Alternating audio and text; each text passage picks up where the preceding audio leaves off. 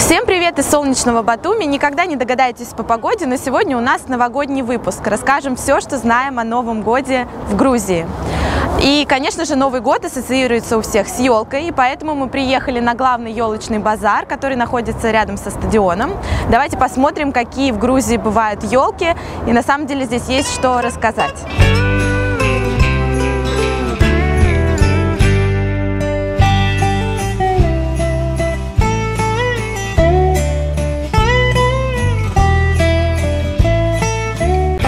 Необычная елка в Грузии — это, конечно же, чичилаки. Делается она из дерева, орехового дерева.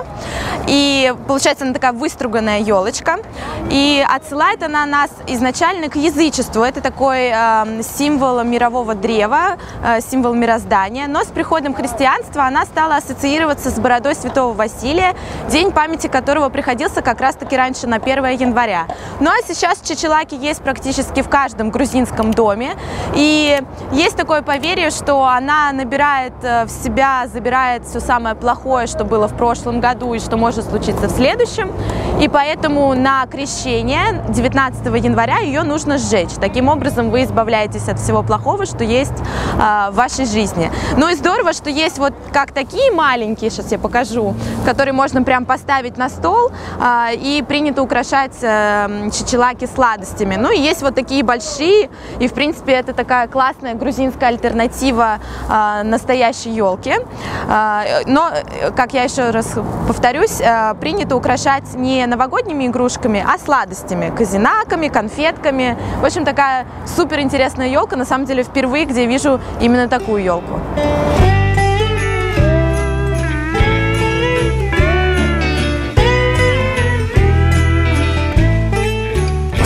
Популярности после чичилаки елка в Грузии — это такая, я ее называю елка Лего. Это такая сборная елка. Вот посмотрите, вообще так, если подойдешь, никогда в жизни не подумаешь, что это какая-то особенная елка. Елка как елка.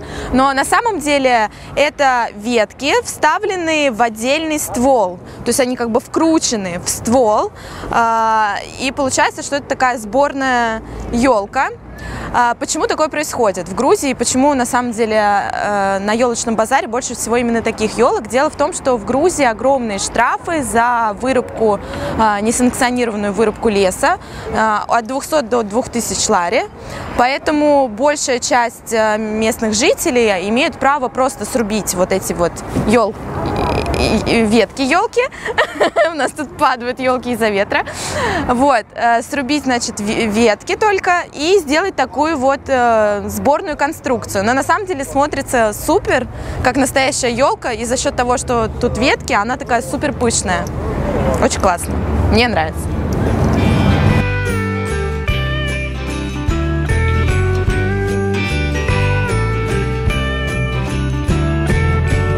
Настоящие несборные елки в Грузии, конечно же, тоже есть, но тут тоже акцент на юг. Это на самом деле не елка, это кипарис. И вот больше всего таких живых как бы елок я видела именно в формате кипариса. Но есть вот помимо, вот смотрите, стоит такой красивенький кипарис. А там вот чуть позади стоит сосна. И вот мы узнали цену, сосна стоит 150, это, по-моему, самая дорогая елка в Батуми, потому что, ну, стартовая цена где-то от 40-50 лари и дальше. И сборные елки, конечно, выгоднее покупать, они выглядят такими супер пышными. Но здесь грузины, кстати, идут тоже на такую небольшую хитрость. Они иногда совмещают несколько кипарисов в один, и со стороны кажется, что это одна такая елка пышная, а потом заглядываешь вниз под ветки пышные, и оказывается, что там 3 ствола. Вот я себе домой именно такую тройную купила. Тройной кипарис. Вот такие елки в Грузии.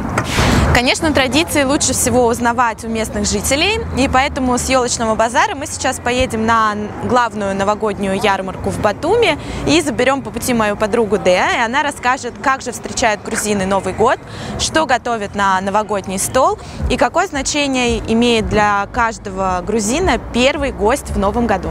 Поехали!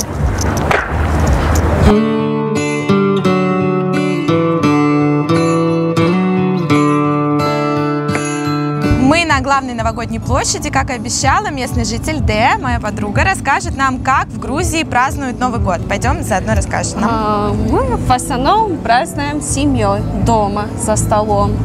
А потом уже с 1 января начинаем там в гостях у родителей, друзья к нам приходят. И 1-2 такая уже выходит. Побольше народу. Да. Понятно. Настоящий семейный праздник. Скажи, пожалуйста, а что традиционно в Новый год готовят в Грузии? Что должно быть на новогоднем столе? Обязательно сладости.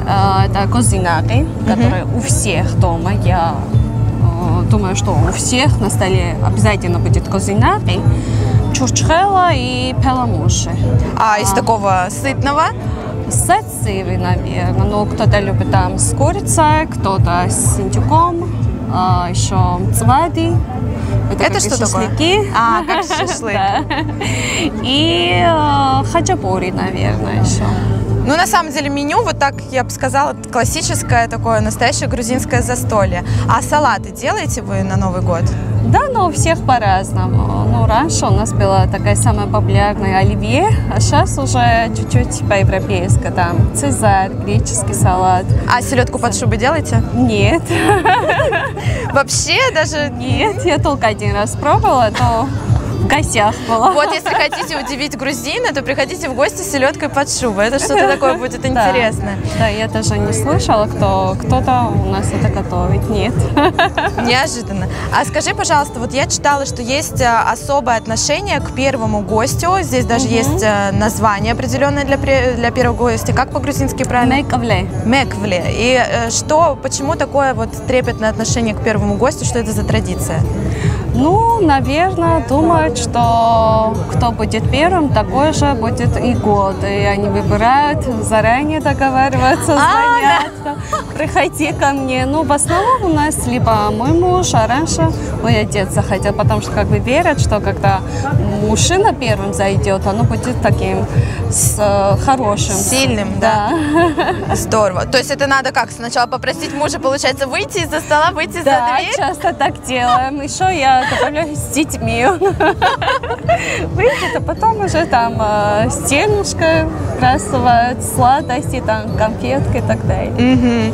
Да. Скажи, пожалуйста, а правда, что чичилаки вот вы ставите в дом? И какого числа вы сжигаете или нет? Вот я прочитала, что 19 января вообще ее нужно на крещение сжигать. Вы вообще, у вас есть дома я не делала никогда чичилаки. В основном моя мама любит, как бы это старая традиция. Я не покупаю, если честно, да. Но мама приносит, да? Или у себя дома ставит? У себя дома, да. То есть это уже такое уходящая традиция? Наверное, да. Ясно. А еще расскажи, пожалуйста, вот, все мы привыкли думать, что грузинское застолье, оно, конечно, во-первых, оно очень долгое, а во-вторых, оно связано всегда с пением. Песни поют ли в Новый год? Да, обязательно. 100%. Как раз когда муж или дедушка вернулся, уже можно начать петь. Можно. А есть ли у вас традиция смотреть новогоднюю речь президента? Нет. А что вы смотрите? Или вообще ничего не смотрите, телевизор не включен? Очень редко, там, может, какой-то концерт, либо на YouTube что-то включаем. Музыку какую-то, да, чтобы подпевать. Да. А в основном как проходит? Ну вот расскажи, собираются все, полночь это уже куранты, и просто вот сидя за столом общаются, то есть это такой повод встретиться и пообщаться всей семьей. Да. А сколько народу обычно? Вот как много гостей? Ну, это если всю грузинскую семью? Не очень много, до 10. А если с друзьями, то много получается. Много и шумно. Много и шумно. Да. Здорово. С песней, танцы, все сразу. Тосты там. Здорово. Классические, что-то такое. А еще расскажи, пожалуйста, очень интересно, вот такое особое значение в Грузии имеет вот этот вот бедоба, да, это называется. Что это значит и какого это числа? Вообще, это что это у нас 2 января и 15 января, то есть это уже в Старый Новый год, тоже второй день, получается, бедоба. И люди верят, что ты будешь в этот день делать, уже так будет проходить свой год. В основном мы шопингом занимаемся и что-то там покупаем, ходим там в ресторанах или с друзьями тоже. Но у нас часто с друзьями. По-русски это называется День судьбы. Я читала, что, ну вот когда я сказала, что как его проведешь, по сути, так у тебя Новый год и будет. То есть, если пойти по магазинам, весь год будешь по магазинам мотаться. Не, я так не хочу, я хочу тогда лежать, отдыхать. Да, у меня такое не получается, лучше с детьми в магазинах ходить или с друзьями. Здорово.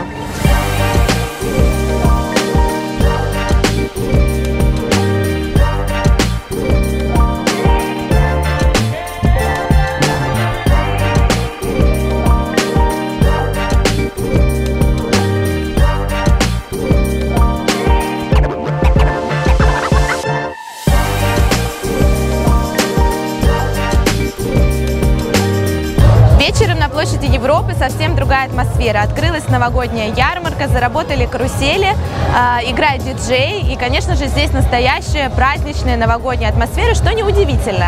А я хочу с вами поделиться 5 фактами про Новый год в Грузии, которые меня действительно удивили. Первый, впервые в жизни я здесь увидела такие елочные игрушки, как гранат и виноград, который можно повесить на елку. Второе, это, конечно, сама елка, которая в Грузии может быть даже из орехового дерева. Третье, на грузинском новогоднем застолье может не быть привычных для нас салатов, например, селедка под шубой. Четвертое, Дедушка Мороз, которого здесь называют Товлис Бабуа, снежный дедушка, здесь без снегурочки, а в мешке у него не конфеты, а казинаки и чурчхела. И пятый факт, для настоящего праздничного новогоднего настроения не обязателен снег. Важны улыбчивые люди, классная атмосфера и любимые люди рядом. И именно этого я вам желаю в новом году. Гилуцав, дамде, ну что такое? Гилуцав, дамде кахалцелс, что в переводе значит «с наступающим Новым годом».